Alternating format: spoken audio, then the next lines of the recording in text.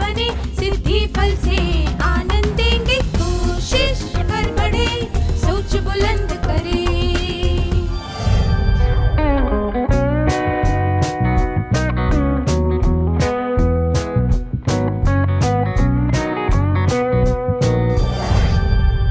नमस्ते छात्रों, आप सबको देखकर खुशी हुई। आइए आज के सत्र की शुरुआत एक क्रियाकलाप से करते हैं। कल्पना कीजिए कि आप चित्र में रंग भरो प्रतियोगिता के निर्णायक हैं। आप प्रत्येक चित्र को ज्यादा से ज्यादा 10 अंक दे सकते हैं। उन सभी चित्रों में से 2 चित्र ये हैं। इन दोनों चित्रों को देखकर ये तय कीजिए कि आप इन चित्रों को कितने अंक देंगे।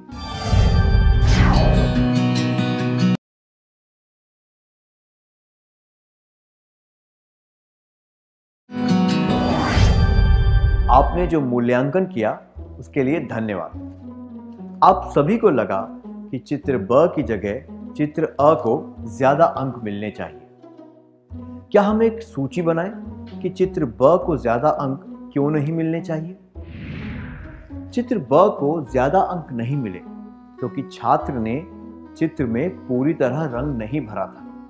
रंग फैल गया था और दिखने में अच्छा नहीं लग रहा था। जिन हिस्सों में रंग भरा गया था उनमें रंग भरने का तरीका सही नहीं था। रंग चित्र से बाहर निकल गया था और रंगों का चुनाव भी सही नहीं था। या फिर जिन रंगों को चुना गया था वे एक दूसरे से मेल नहीं खा रहे थे। दूसरे शब्दों में कहें तो जिस छात्र ने चित्र अ में रंग भरा था उसने संपूर्णता से काम किया था, जबकि दूसरे छात्र ने ऐसा नहीं किया था। अब इस परिस्थिति पर ध्यान दीजिए। तारा के घर पर 12 मेहमान आए थे।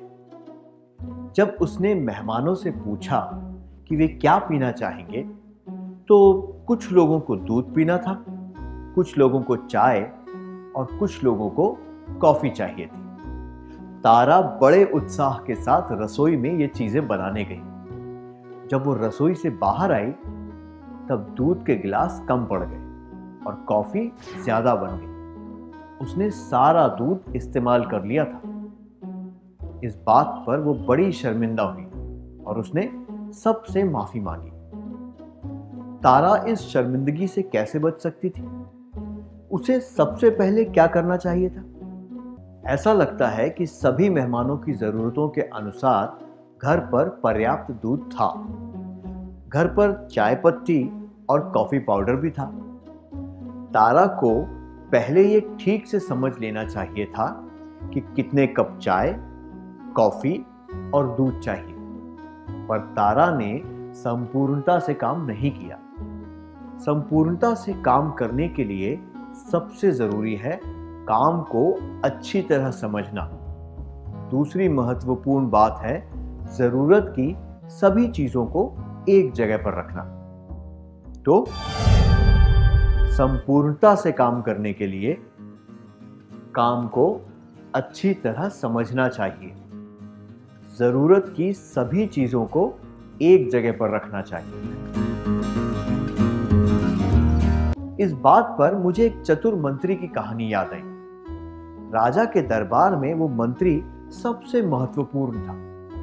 एक दरबारी को उससे ईर्ष्या थी और वो जानना चाहता था कि उस मंत्री को इतना महत्व क्यों दिया जाता है। जब उसने ये बात राजा से कही तो राजा ने उसे एक झरोखे में बुलाया और नीचे खड़े कुछ लोगों के समूह की ओर इशारा किया। वे लोग किसी यात्रा पर जाने वाले थे। राजा ने दरबारी से पता लगाने को कहा कि वे लोग कौन हैं। राजा को खुश करने के लिए वो दरबारी फटाफट नीचे गया और उसने उन लोगों से पूछताछ की और राजा को उनके बारे में बताया। फिर राजा ने पूछा कि वे लोग कहां जा रहे हैं। दरबारी के पास इसका जवाब नहीं था, इसलिए वो फिर से दौड़कर यात्रियों के पास गया। जब दरबारी ये जानकारी लेकर आया तब राजा ने उस मंत्री को बुलाया और उन्हीं यात्रियों की ओर इशारा करके ये पता लगाने को कहा कि वे लोग कौन हैं। वो मंत्री तुरंत बाहर गया और विस्तृत जानकारी लेकर आया कि वे 20 यात्री हैं और 50 मील दूर एक धार्मिक स्थल की यात्रा करने जा रहे हैं। उनके पास 5 बैलगाड़ियां हैं और वे करीब 10 दिनों में यात्रा करके लौट आएंगे। राजा ने मंत्री को धन्यवाद दिया और उसे जाने को कहा। फिर उन्होंने मुस्कुराकर दरबारी की ओर देखा और पूछा, क्या अब तुम समझ गए वो मंत्री बनने का हकदार क्यों है? ये कहानी हमें क्या बताती है? बिल्कुल सही, मंत्री को राजा के दरबार में वो पद मिला क्योंकि वो संपूर्णता से काम करता था। संपूर्ण व्यक्ति काम के सभी पहलुओं पर ध्यान देता है। वो केवल एक ही पहलू के बारे में नहीं सोचता। तो संपूर्णता से काम करने के लिए काम को अच्छी तरह समझना चाहिए। जरूरत की सभी चीजों को एक जगह पर रखना चाहिए। छोटी छोटी चीजों को भी विस्तार से देखना चाहिए। काम के सभी पहलुओं पर ध्यान देना चाहिए।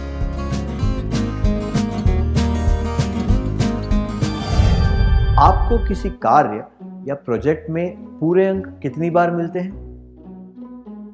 अक्सर मिलते हैं। ये तो बहुत अच्छी बात है। जिन छात्रों को किसी कार्य या प्रोजेक्ट में अक्सर पूरे अंक मिलते हैं, उन्हें बधाई। हम प्रोजेक्ट की जगह किसी प्रश्न या कुछ प्रश्नों का उदाहरण भी ले सकते हैं जिनमें आपको पूरे अंक मिले हों। ये याद रखिए कि जब भी आपको पूरे अंक मिले हों, तब उसका अर्थ है कि आपने संपूर्णता से काम किया था। ये दर्शाता है कि आपने उस प्रश्न का उत्तर संपूर्णता से दिया, पर दूसरे छात्र ऐसा नहीं कर पाए। प्रत्येक पूरा अंक आपकी संपूर्णता को दर्शाता है। अगर हम कुछ हिस्सों में संपूर्ण हो सकते हैं, तो पूरी तरह क्यों नहीं हो सकते? ये सोचने वाली बात है ना? अब एक परिस्थिति के बारे में सुनिए। गीता और सीता विज्ञान की परीक्षा दे रही हैं। आखिरी प्रश्न के लिए उन्हें हृदय का चित्र बनाना है। सीता और गीता दोनों ही अच्छे चित्र बनाती है। वैज्ञानिक चित्र बनाने में सीता थोड़ी बेहतर है। दोनों ने परीक्षा में अच्छी तरह चित्र बनाया। गीता ने चित्र बनाकर हृदय के सभी हिस्सों के नाम भी लिखे। सीता चित्र को ज्यादा अच्छी तरह और बारीकी से बना रही थी, इसलिए उसे हिस्सों के नाम लिखने का समय नहीं मिला। क्या सीता और गीता को समान अंक मिलने चाहिए? गीता ने उस प्रश्न का पूरा और सही उत्तर दिया था। दुर्भाग्यवश सीता ने चित्र तो बहुत अच्छी तरह बनाया, पर पूरे नाम नहीं लिख पाई, इसलिए उसे पूरे अंक नहीं मिलेंगे। दिए गए समय में वो काम को पूरा नहीं कर पाई। दूसरे शब्दों में कहा जा सकता है कि सीता का काम संपूर्ण नहीं था। संपूर्णता का अर्थ है काम को अच्छी तरह करना और उसे दिए गए समय में पूरा करना। जीवन में कभी कभी ऐसा होता है कि कोई काम पूरा न कर पाने की वजह से हमें पछताना पड़ता है। कुछ काम सरल और अनावश्यक होते हैं और कुछ काम महत्वपूर्ण होते हैं। ये कहावत तो आपने सुनी ही होगी, अब पछताए होत क्या जब चिड़िया चुग गई खेत। जो मौका चला गया उसके बारे में अफसोस मनाने से कोई फायदा नहीं। इसलिए जब भी आपको कोई मौका दिया जाए तो उसका सही उपयोग करना चाहिए और काम को पूरा करना चाहिए। हमें ये ध्यान में रखना है कि एक दिन ही नहीं बल्कि रोज की बात है। इसलिए हम सभी को लगता है कि व्यक्ति अव्यवस्थित है और काम पूरा करने के बाद सफाई करने पर ध्यान नहीं देता, जबकि व्यक्ति बहुत व्यवस्थित है और काम खत्म करने के बाद सफाई पर पूरा ध्यान देता है। दूसरे शब्दों में कहें तो व्यक्ति संपूर्णता का गुण है। आइए याद रखें, संपूर्णता से काम करने के लिए काम को अच्छी तरह समझना चाहिए। ज़रूरत की सभी चीज़ों को एक जगह पर रखना चाहिए। छोटी छोटी चीज़ों को भी विस्तार से देखना चाहिए। काम के सभी पहलुओं पर ध्यान देना चाहिए। ये सुनिश्चित करना चाहिए कि काम सही तरीके से पूरा किया गया हो। काम के सभी हिस्सों को दिए गए समय में पूरा करना चाहिए।